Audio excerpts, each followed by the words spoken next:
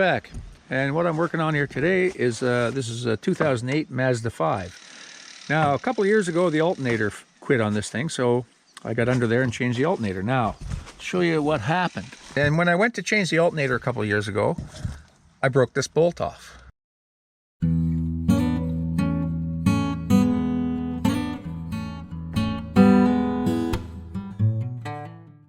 Okay, and you can see where I cut it with a hacksaw through, and I heated it, and I tried to get it out, and I couldn't really get a drill in here to do anything with it, because, you know, there's a pretty restricted space here. So I tried to get it out like that, and then finally I just abandoned it, and I put the top bolt in, and I put this bolt in, and it was holding it really tight, so I put the belt over it and carried on like that, and it worked a couple of years like that. Now, in the last week or so, I've been hearing a vibration. And I was almost convinced that it was the timing chain. On these Mazda 2.3 engines, the timing chain often goes around, you know, a couple of 100,000 kilometers, and or it'll start to wear and slacken, and then it starts to make a noise. It's kind of similar to what I was hearing.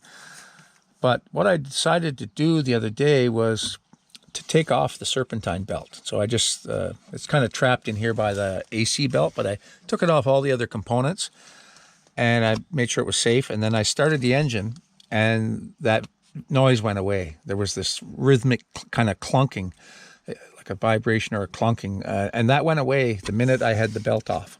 So I knew that the noise source was somewhere in the belt train.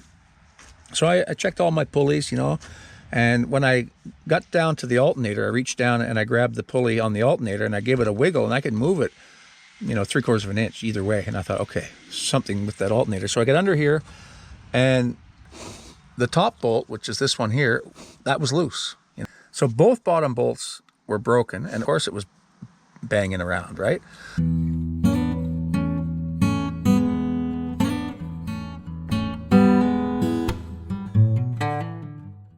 I've taken the alternator out, and I'm looking at this here, you know, and this one's broken off, a little proud of the surface. This one's just below the surface, okay?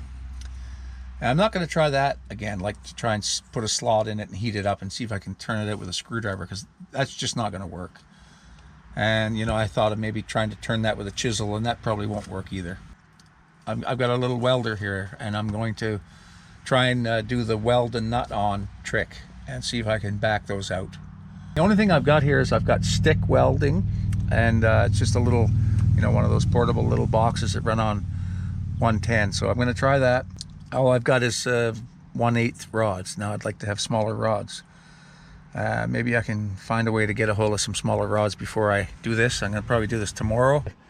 You put a washer, and then you put a nut, and you hold it with pliers, and you can weld onto the end of the broken stud, and then weld to the nut. And then when it you know, that gets really hot when you're doing it, and that, you know, puts heat down in the seize part as well.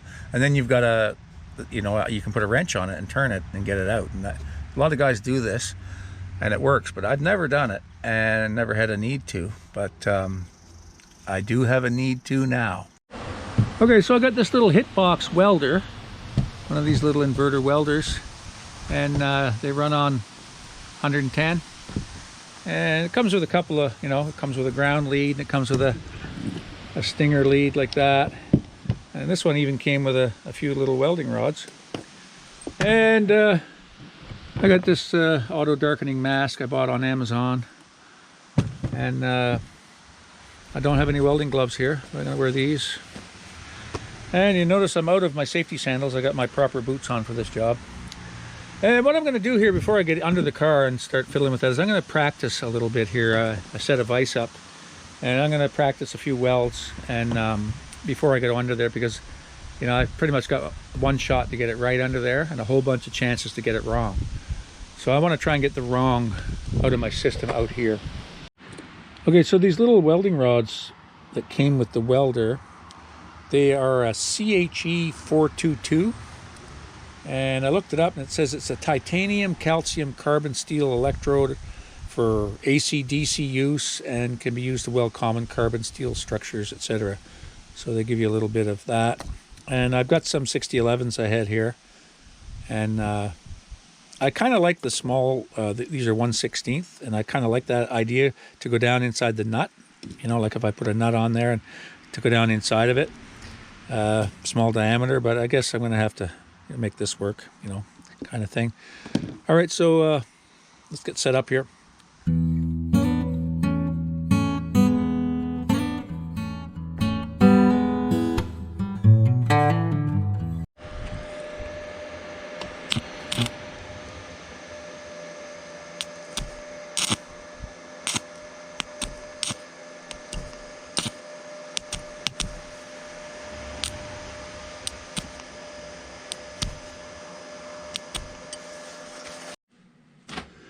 Okay, so I got this kit. Hopefully this is going to be the fix. You know what that is? That's a helicoil. Well, it's a copy of a helicoil kit. And what you get in it is you get a 1, 2, 3, 4, 5 different sizes. So what you do is you drill out the broken bolt, and then you drill it out to this size, which is larger than the bolt that was in there, and then you tap it to this size, and then you get these coils that you screw in to that thread. Basically, you got a little tang on it there, and you got this other tool, and you put it on there like that, and then you screw this into the threads you just made with this tap down in, and then you pull that out, and then you're probably not at the bottom of the hole, but you only need threads, you know, about that far, so you could have the hole a little deeper.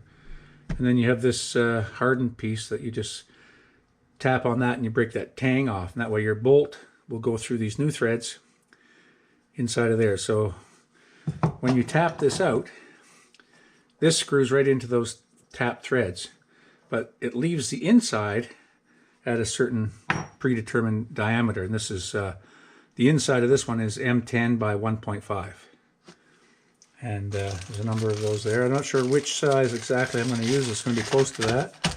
There's larger. There's M12 by 1.75, M8 by 1.25, M6 by 1, and M5 by 0.8.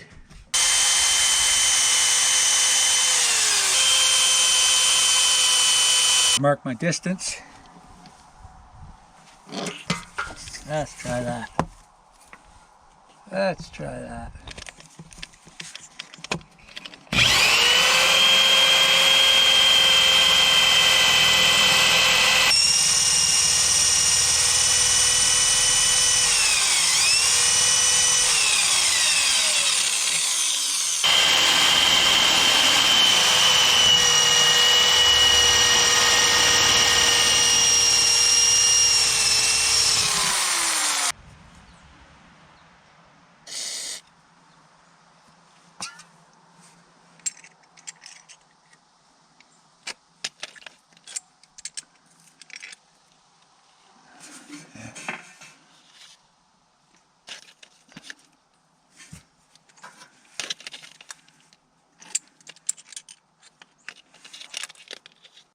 You got to remember that when you drill out a steel bolt in aluminum, that sometimes part of the hole that you've drilled is in the aluminum and the other part is still in the old bolt. So you could have, you know, you're sharing a little bit of both of that metal with the, so your tap might not be very cooperative. You just got to go slow. Little at a time. Don't try and go full turns or quarter turns even. Just a little bit.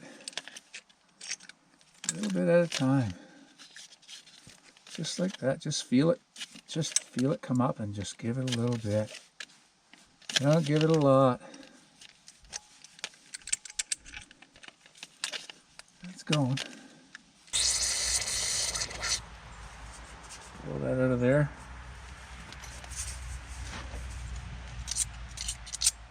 Yeah, looks like there's some threads down there, yeah. Yeah, I think that'll be fine. That's plenty. Looks like the length of our insert quite a ways in. So, let's try an insert in there. It's 620. That's probably pretty strong Loctite. All right, there we go. And up it goes, and there it goes. Look at that. Yeah. Oh, that's good. That's way down there. That's really good. Yeah, it's well down in the casing. There, I'm at the end of my threads. Very good. It's well inside the housing. It's out away from all this damage. Yeah, that should be good. There was the first one I did twice. And that one, now we got this one to do. And the other one's okay up here. I thought it was this one, but it's not. It's this one, that one, and those two. Wow. We're making progress, guys. Just let me see. Yeah, that's good.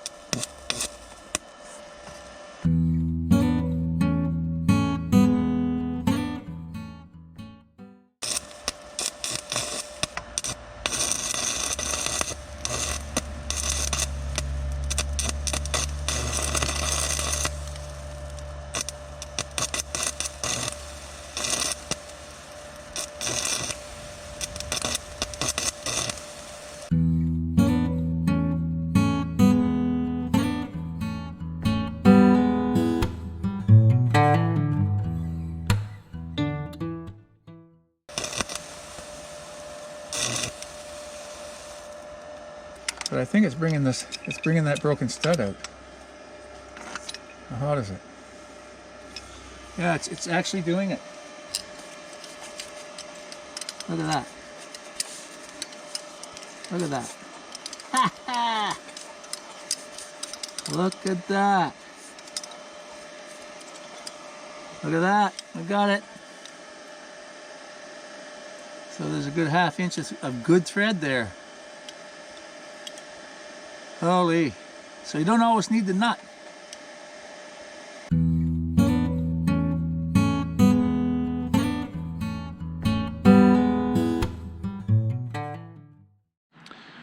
Okay, people, here we are. It's the next morning, and we're going to put that together today. So I'm going to clean up those chips there a bit, you know. And one of the first things I want to do is actually fit the alternator. And I may not leave it in there while I assemble the rest of it, because I probably need the room. But I don't want to leave it till the last minute to find out if I've got to adjust it in some way, because the angle on these holes that I've created, especially the helicoil ones, may not be, you know, the same angle. And I tried to get them as close as I could, but I want to fit the alternator in there and put some bolts in just gently before I go ahead with the reassembly. And that is if I remember how to put the car back together. And if I don't remember how to put it back together, I think we could drive it just like that anyway. You know, it's not really, you know, look at that condenser and radiator is going to get a lot of cooling up there, you know, instead of all that grill and everything in front of it. And yeah, so one way or the other, we'll get this going today, hopefully. Okay, I'm going to start it up.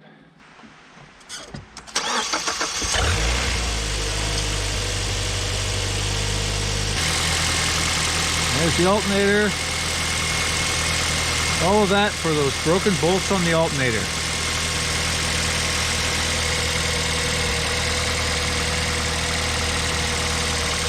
Okay, hopefully this has helped somebody. Thanks for watching. Comment.